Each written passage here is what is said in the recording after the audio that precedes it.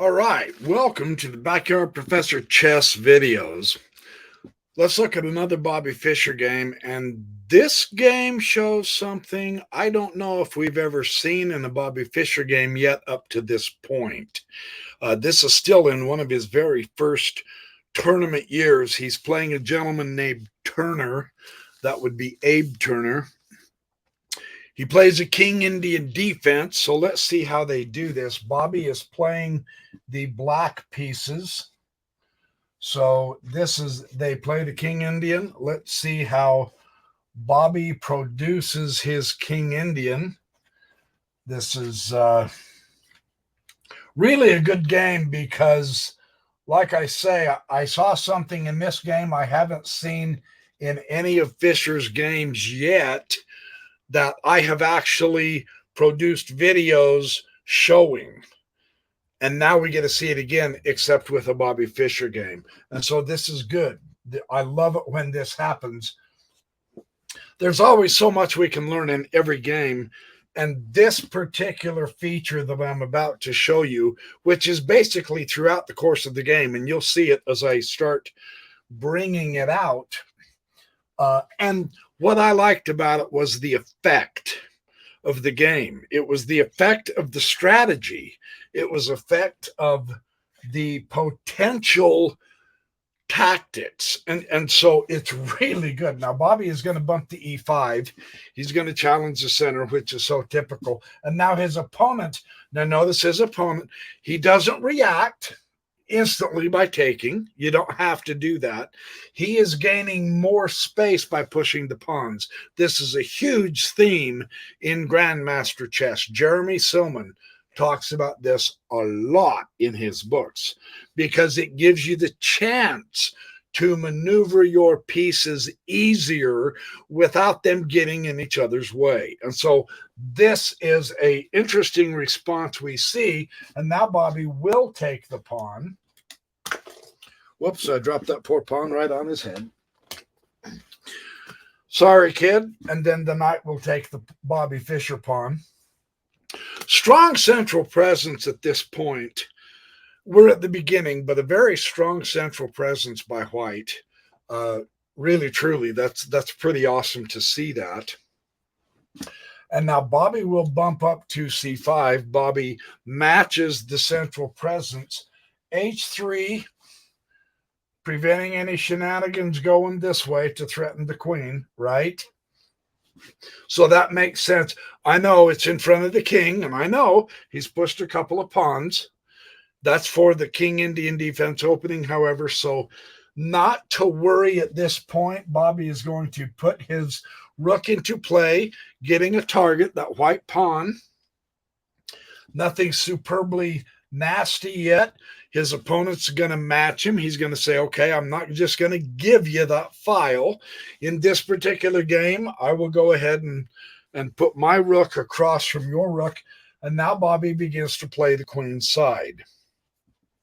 His opponent develops the queen, and now Bobby is gaining a little bit more space on the queen side as well. We can see that. The development is speedy. They're getting as many pieces into play as they possibly can. And now Bobby makes a second knight move, but he seems to be indicating that he wants to play on the queen side, which is beautifully logical with this particular opening because he has more space there. That's simple stuff. Any of us can understand that. That's the point. So let's just keep watching. I promise I'm not giving the game away. I just want to point out features as they go about. Knight FD7. And now the rook A to D1. So his opponent is going to nab both of the central files. I say nab them. At least begin to make his presence felt. That's a better description. And now here comes Bobby. Oh, yeah. So Bobby is pushing the envelope here. He's definitely going to the queenside play. Oh, my board's getting crooked. I apologize. He's going on the queenside play. Now his opponent does something that is really important for the rest of the game. He's going to push this f4 pawn. And the comment was, he's gaining more space. That's what's making this move so important. Okay? Now, from here on, Bobby is absolutely coming to the queen side. Here comes Bobby on the queen side. The bishop is going to come back to f2. He doesn't want to get forked or paralleled or whatever you want to call it with a knight and a rook combination, right? There could be some potential forks. He feels fine in bumping it down. And now Bobby will bring his other knight. Now this is definitely a full queen side on Fischer's part. Okay, so we see this now. The bishop is going to come to f1. It's interesting that white does not have to place a lot of pieces on the queen side, and yet he has superb presence there. You can see that, I hope. Am I making that too crooked? I am. There we go. Sorry, I'm trying to help us out here so it doesn't goof us up. He's got his long distance pieces influencing with the rooks going up to the center. Now, Bobby does have a long piece zipping through that center, superbly so, but his queen side just seems more compact here. But it's pretty even, Steven, development-wise and influence-wise. So there's not anything really drastic here going on. Bobby is going to appropriately bring in more pieces. Yes, yes, yes, and yes. Did I happen to say yes? That's important. King h2. Rook e7. So, you know he's going to try to double up on the central file on the e, right? You don't make that move unless you want to double your rooks. Watch g4. Once again, and you're saying, well, now he has moved all of his pawns that are in front of his king, correct? He has also moved his king up behind those pawns. So it's not like he's exposed his king. You see that? It's not like he's unnecessarily putting his king in danger. Bobby's influence is over here on this side, the queen side. He wants to play on the queen side. So this makes sense when your opponent picks a wing. The center is really decently balanced for control from both sides. We can see that easy. That means wing play. Bobby chose the queen side. This makes wonderful sense that he's going to do what? Gain more space. How do you do that? Pawns. And he is doing it. This gives it easier maneuverability here. I just want to point that out. And yes, Bobby's going to bump over to that file. Now, bishop h4. What a move. Yeah. That rook's in trouble. That rook has no safe squares to move. So this got an exclamation point, forcing Bobby to bump the f-pawn. Okay, so he bumps the f-pawn, and now more space. And you say, well, that's a lot of pawn moves. Agreed. Yes, but with good purpose. They aren't just haphazard. These are truly significant pawn moves, developing his space. The other side of you developing better space back here so that you can maneuver easier is it also cramps your opponent. And that was in the comments.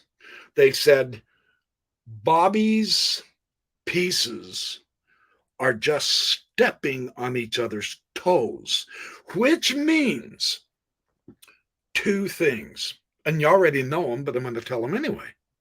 Number one, when you are more cramped, you don't have the option of putting your pieces together in as coordinated fashion in order to attack or to defend.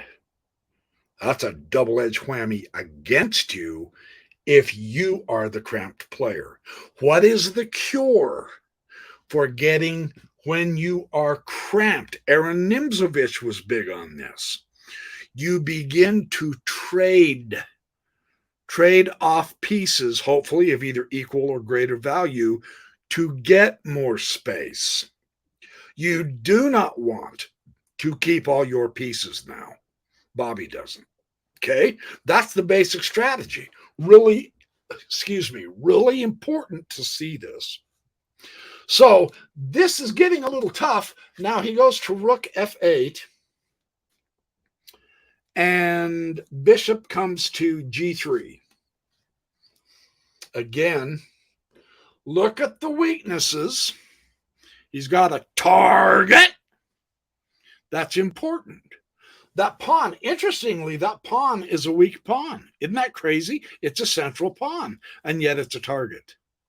So interesting to see.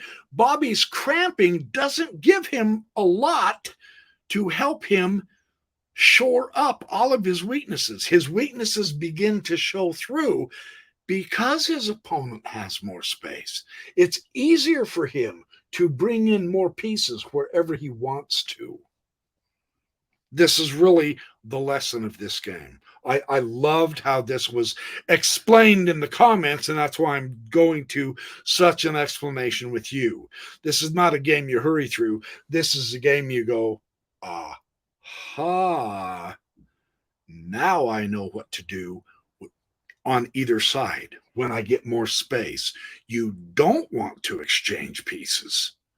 If you are in the cramped position, you do want to exchange pieces. Basic stuff. And yet you want to keep that in mind because that will dictate your strategy. It helps you decide which pieces are the most important pieces to move and where so that you can exchange them. It's all of an interplay, yes? So we come to bishop g3, and Bobby will come to knight c8. Notice he really doesn't, he's not able to do a whole lot. Now he starts tripping over himself somewhat. Queen d2, queen comes back to c7, not doing a whole lot. King's going to come back to h1. Bishop is going to go to e8. See, his moves here, there's not a lot of effectiveness to him, is there? Because he's so cramped. I'm just trying to give you a general point out here. And now here comes the queen side space. Look, Alekin was a master at this. If you've got central space, and you do, way to go, pat yourself on the back. If you have king side space, and you really do, pat yourself on the back again. Why not gain space everywhere on the board? Yes. Nice. Very nice. Well, he's going to take him on passant. No real choice there. You can't give him that much space. You just can't. So we've got an open A file, but it's not useful right now at this point. But just observe that it's an open file. Now Bobby starts. His bishop is blocked in. That's a dead bishop. Notice that. See, cramped. His bishops, yes, they're together, but they aren't as powerful, even though this bishop is just on the one on the home base. They're not as powerful as his opponent's bishop. Very interesting. Very interesting. Now here we go. Look at the space this guy is gobbling up. Knight's going to come back to d7. Knight is going to come over here to f3. And now knight to e5. Now, the reason why This is interesting. He brought the knight over is so that he can't let Bobby stay there. That knight is a monster. Well posted. You're not going to get rid of him by pawns. He must be exchanged. That's why White did this. And I just said every rule's meant to be broken. I just said you don't want to exchange pieces. That well placed of a piece, yes, you do. Notice he doesn't want to do it with the bishop. Why? Because that's his good bishop. There is no central pawns on the dark squares, so everything over here is a potential target. So don't trade off with your very powerful bishop. Swap it with the knight. That's a great little mini lesson on, but the rule says don't swap. And yet in this instance, again, we have to read the board position. You do want to swap. It's not an error to swap this guy at this point. I promise it's not an error. He came to knight e5, and now the knight will take. Without question, the knight will take that knight. Yes, yes, and yes. And now D will return. He will do it with D and not F. And bishop bumps down back to F2. Notice how it changes. This is a blockaded pawn. They're button heads. They're not going to go anywhere. So now true, it's a target, but it's supported so well that he's hitting granite. But you can make your piece more useful. And you have the space here to make your piece more useful. And he does so. Observe the contrast in the bishops, right? And you can see Bobby can't really make that bishop totally useful at all, while his two bishops can maneuver. This is the essence. This is the difference between having more space and being cramped. A fabulous lesson here. I love this lesson. Rook e to e8 is a mistake, and the reason why is because he really needs to come up. He needs to get that knight in the game. He didn't. He went back to rook e8, which, yes, is doubled, but he's hitting granite. So it's not like there's an open file here to use. So that's why that was a question mark. It just doesn't do a lot. And this is important for us. I mean, we're not trying to diss on Fischer. He's young, but this game was an experience for him that he never forgot. This is part of his maturity and development, man. This is a teacher game. So queen to d7. Look at the weak square in Bobby Fischer's camp, and his opponent pounces on it. Wonderful chess here.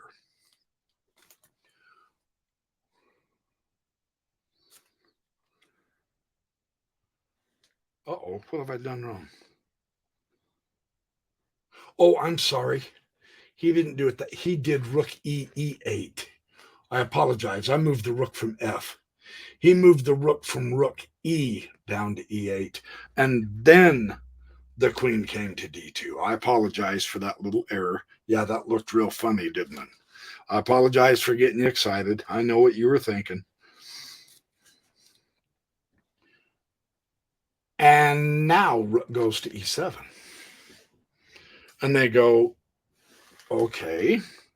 And queen goes to,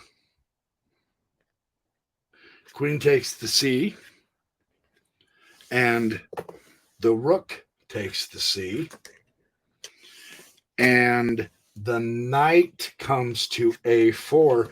Notice, too,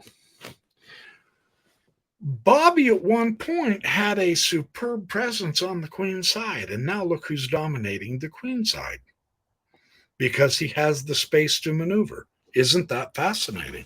He was cramped, couldn't do a lot, and his opponent took advantage of a weak square to swap off the queens. And you're saying, wait a minute, though, he wasn't supposed to swap off, but now he's getting a superior position, so it's okay.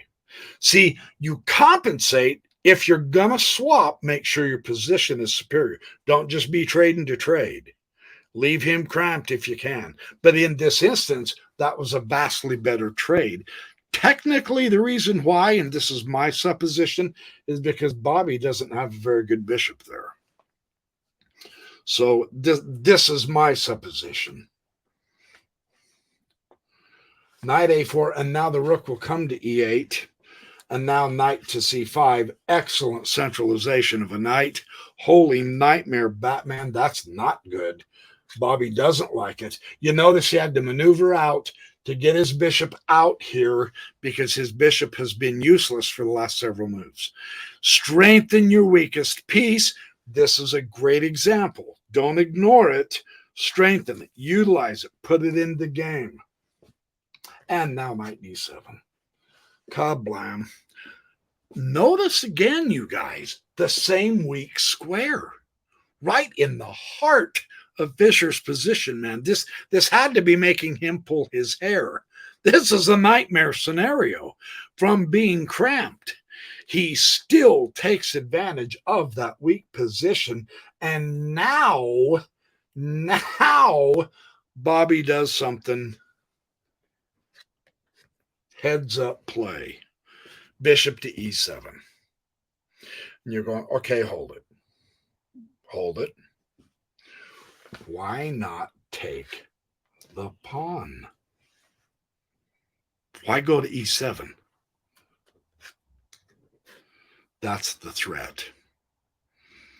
That's why that weak square d7 is so nasty in Bobby Fischer's camp. That's a wicked knight fork. Check and you lose your rook. So Bobby's somewhat stuck for now at the moment, but he made a heads-up play by getting the bishop up. So bishop e7, and now, blam, bishop c5. You've got him to where he can't have an effective bishop. Bobby's dark square bishop has been miserable this whole game, and his opponent's not letting it get any better. Very interesting chess here. So Bobby's going to try like crazy. It is time to clear some territory. And his opponent will take. Nice pawn chain there. It's on the king's side, but bishop to d5 check. C will take d5. And the reason he did this is because now he can get rid of that knight safely. You can breathe now.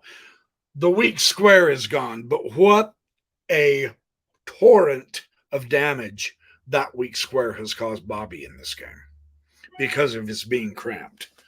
Yeah. So, okay, now D takes c6. Here comes his opponent, and now rook takes d1. Now Bobby is starting to exchange. Now it's better to play without so many pieces, get rid of some of the power so that the combinations don't keep coming at you, right? And now B takes c6. So the queen side is not necessarily a danger. Kablam. Look at those fantastic bishops. Now, watch. He didn't take Fischer's bishop yet. He went ahead and brought a weaker piece right up into the game, central power, sweeping that entire board toward the king. Just because the bishops can take doesn't mean you have to. It's more important to make sure none of your pieces are weak for the end game. So that's heads up play. I just wanted to point that out to you. And Oh, holy nightmare. That ugly D7, man. That has been Fischer's nemesis this whole game. Now, when your opponent has a square like that, you're seeing how to play it. Just keep hammering it. Hammer it. Hammer it again. Hammer it again. Pin the bishop to the king. On and on and on. That poor bishop has been weak the whole game. Have you noticed that? That square has been weak the whole game. Have you noticed that? Now that he's again using the weak square to pin the bishop, he's not going to lose his bishop yet. And he's got two very powerful centralized bishops. I mean, this guy is playing some wicked chess. By the way, Abe Turner was one of Fischer's mentors, just so you know. I waited till about now to tell you. That's why this guy is playing so dadgum good. Fun stuff. And so,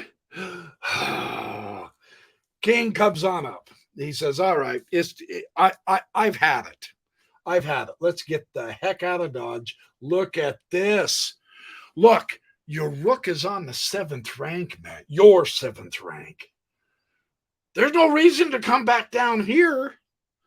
No, look at the power here. Go ahead and keep that 7th rank with your rook.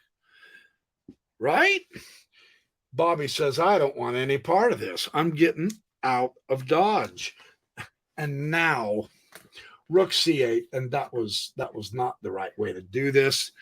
There was a better way. It's okay. It was somewhat complicated. I didn't write it down. I'm out of paper. I'm out of paper space. This whole game took this whole page. So, and now the bishop will take e7. Just a fantastic move. So now he's a piece up. 2 bishops to a rook. Uh-oh. And now Fischer goes e4. King, king, king. I know, guys, I keep repeating that every time because we keep seeing it every time. End game. King, don't leave him out. Put him up in there, right? The king is a fighting piece. I promise. We see this every game. I'm not even exaggerating. I love pointing that out, too. It's just fun, fundamental chess to know that every single piece counts. But sometimes you have to wait until a different phase of the game. You can't just start throwing your king out there in the middle game. No. In the end game, oh, heaven, chess. So that's important to know, you know. Through repetition, through playing several chess games and all, we learn all of this stuff that we just can't possibly remember after one game. But after we see it played over and over and over and over and over again and begin putting it in our games, then chess starts getting really wickedly fun. Right? So here we go. H5, king, king, king, king in the game. King action here. King action. I can't say that enough. I promise. I cannot say that enough. Now, instead of returning with the pawn, watch what he does.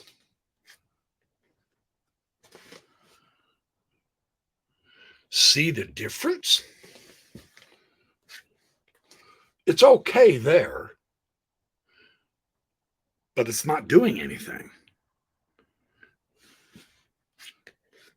Here, he is an absolute terror because get rid of this guy and you've got a free pawn in. Yeah. The fantastic move on his part. I really want to emphasize that. Rook b8, you got to get a target. Absolutely. Bishop d6. Target.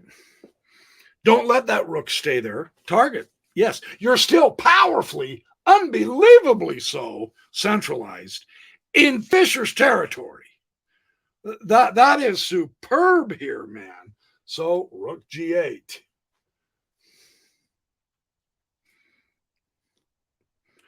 You're seeing it right. That's not a mistake. Rook g8. And watch what his opponent does.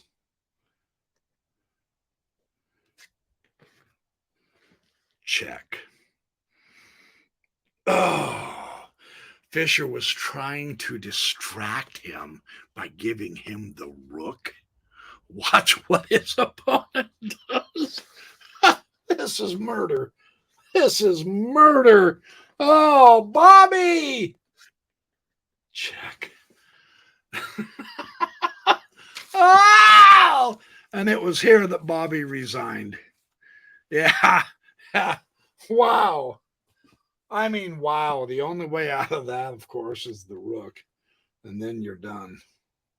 Hello, beautiful checkmate. So, but what a terrific game. I mean, the thing I want to emphasize, and then I'll quit talking. I know I made this one a little longer, but I'm not going to apologize because I love pointing out materials like this. The thing that made this game so exquisite from my vantage point, from my view, is the effect of this gentleman gaining so much space so early and cramping Fischer lasted through the entire game. So play through this again. Watch this again and see if I'm not correct. That effect usually lasts the entire game. So if you have a chance to cramp your opponent and gain more position, that is a fabulous way to play a game of chess. So that's the game today. Wonderful game. I'm sorry Bobby lost, but it was a learning experience for him. And thank you, Bobby, for playing that game, because we have been able to glean so much information that's so useful. And it wasn't that difficult to understand the concepts. These are not just grandmaster concepts. These are regular concepts every one of us can put into effect. So thanks again, you guys. Be good, do well, have fun, be wonderful, work hard, have fun, stay up late as long as you're doing something safe. Be friends, make friends. And I'm sincerely serious. I'm not trying to get politicized here, but Steve Hartman on the road Friday nights, it's the most uplifting, coolest part of the news I have ever seen. Look him up. Steve Hartman on the road. My favorite part of the news. So love all you guys. I'll catch up to you soon. Thank you very much.